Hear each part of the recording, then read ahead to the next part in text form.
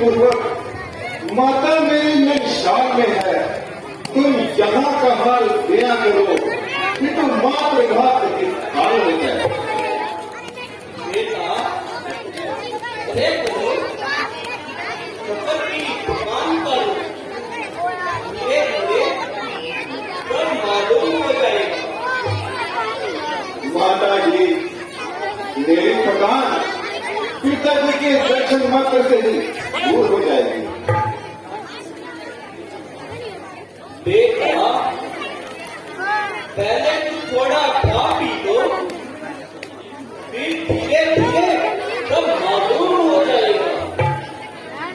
माता जी, मैं पूछता हूँ कि पिताजी कहाँ है? तुम कहती हो कि धीरे धीरे सब बता देंगी, ये क्या मामला है? ओहो बेटा, तुम तो बड़े जल्दबाज हो गए हो। न मालूम ननिहाल में जाकर तुम्हारी तबीयत को जल्दबाजी दे गया। मैं कह तो रही हूँ, धीरे धीरे क्या बता दोगी? आग लगे तुम्हारी धीरे धीरे, न मालूम तुम सबने क्या जाल बिछाया है। दूध गया तो उसने आपको जल्द बुलाया है कि सिवा कुछ ना मुंह से निकाला है। तुमसे पूछता हूँ तो तुम धीरे धीरे की बढ़ा करेंगे। बस जल्दी बताओ कि पिताजी कहाँ है? माता जी, अगर अब की दफा हम अपने यह शब्द मुंह से निकाले तो मैं तुरंत अपनी जान दे दूंगा। बस जल्दी बताओ कि पिताजी कहाँ है? बेटा अशोक, तुम्हारे पिताजी स्वर्ग सिधार गए।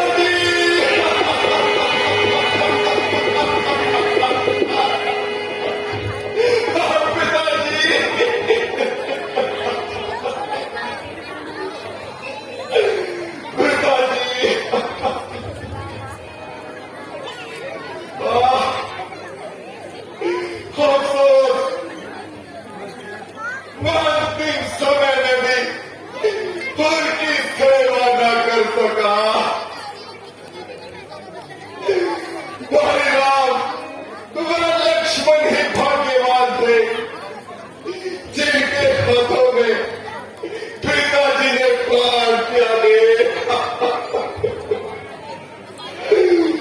अच्छा माता जी, ये तो बताओ कि उन्हें लोग क्या था? बेटा, रोग तो कुछ भी नहीं, बस भाई राम, भाई लक्ष्मण कहते हुए प्राण निकाल दिए। क्या कहा? भाई रामचंद्र और लक्ष्मण जी भी यहाँ मौजूद नहीं थे?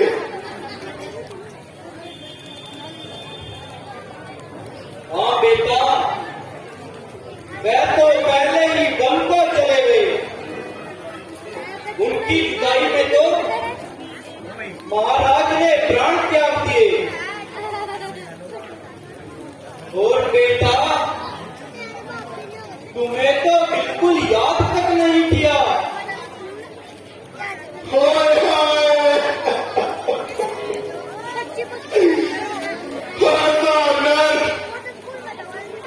कि चार बेटों के होते हुए भी अंतिम समय में एक भी पार न हुआ।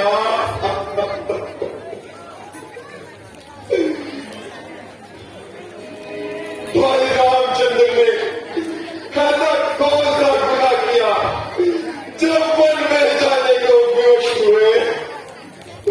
माता जी, जरा स्पष्ट बताओ।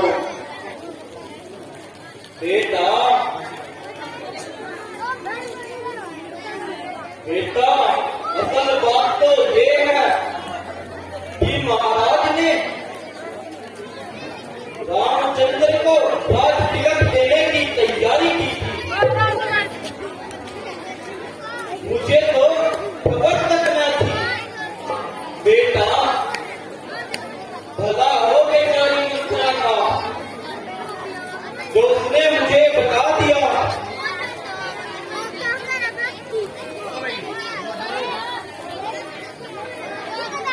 देखा, मैंने इसी तरह महाराज को 2 वचन पूरे कराने का स्मरण कराया था। इस मौके को उचित जानकर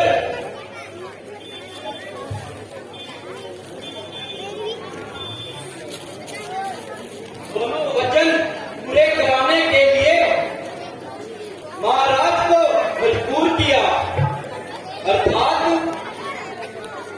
रामचंद्र को 14 साल का वनवास और बेटा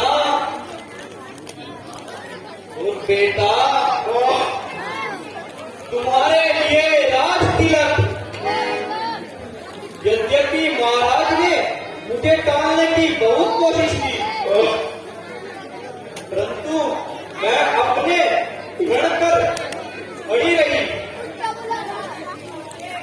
लक्ष्मण और सीता भी साथ गए। बोला, बेटा तुम स्वयं ही विचार करो कि मैं ये कैसे कह सकती हूँ कि रामचंद्र को राज करे और मेरा बेटा मारा मारा फिरे। सुनो बेटा, मैंने तो अपना कर्तव्य पूरा कर दिया, तुम जानो और तुम्हारा काम। जहरीली काली वादी माँ, यदि घर में टंकी जलाना था तो सबसे पहले तूने इस निर्भाग्य भरत को खोना था। ये तूने क्या किया? अब तेरे इनाम का समय भी आ गया है। वो आगे कुंवर जी, महारानी जी सच कह रही है। आप खुशी से याद करो और अपने दिल के अरमान पूरे करो।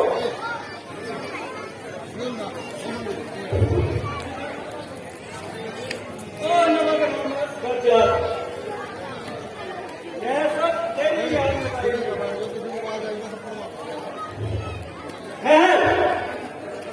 तेरी खैर दुआई का अभी मैं इनाम देता हूँ।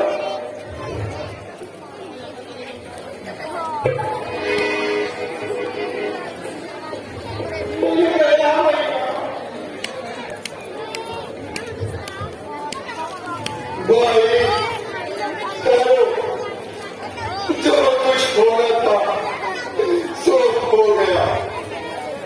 तो तबियत को टिकाओ और स्त्री पर हाथ उठाओ, हमने कोई का मत लगाओ।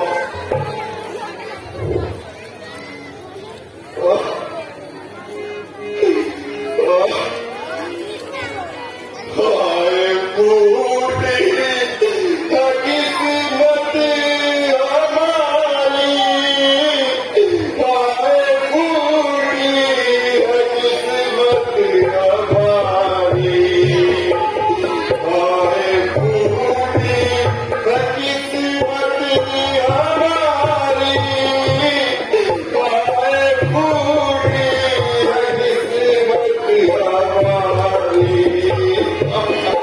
हमारी।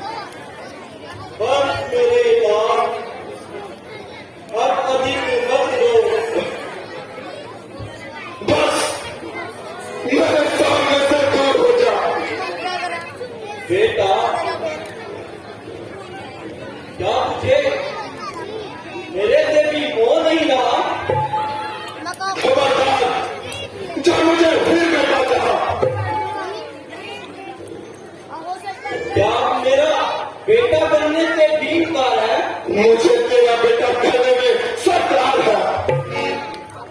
बेटा, मेरी बेटी का बदला देने का समय आया, अब भागेगा। बदला बदला तो तुझे तब मिलेगा जब भरत भी तेरी आंखों के सामने प्राप्त कर देगा।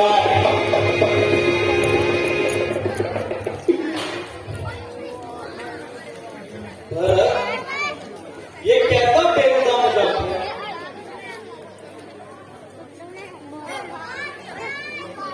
ताकि तुझे मालूम हो जाए कि माता कौशल्या के दिल पर किस कदर बलाल है।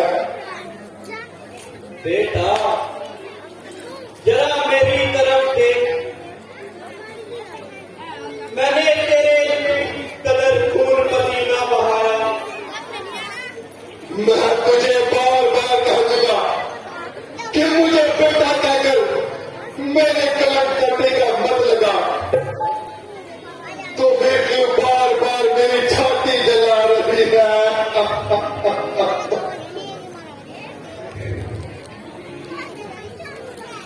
ओ बेरहम, तूने पिताजी के प्राण लिए, धर्म की साक्षात मूरत भाई रामचंद्र जी को बेगुनाह बनवास दिलाया।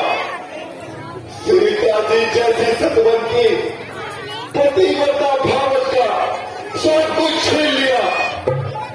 मेरे प्राणों से प्यारे भाई लक्ष्मण से झगड़े से खा छुड़वाई। माता सुमित्रा और कुशल्या के गले से छल नहीं किया।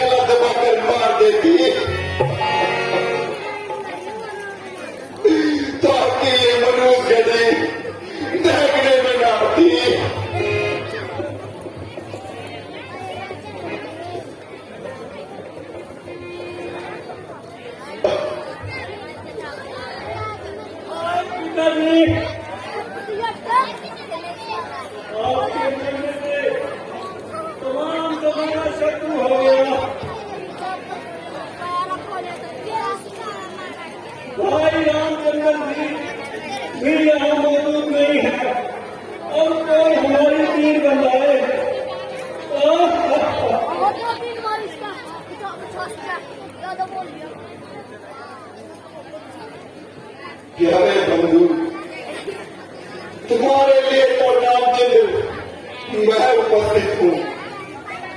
भाई रामचंद्र नहीं तो मेरे लिए नहीं, तुम क्यों रोते हो?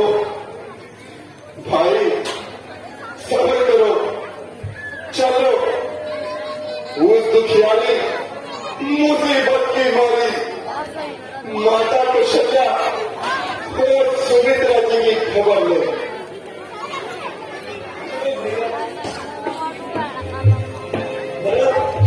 बेटा बेटा भरत,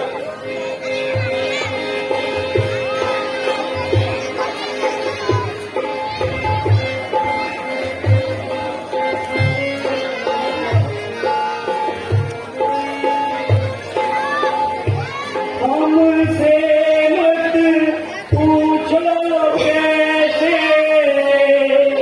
मंदिर टूटा सपना, लोगों की बात नहीं है, ये किस्सा है अपनों का। कोई दुश्मन देश लगाए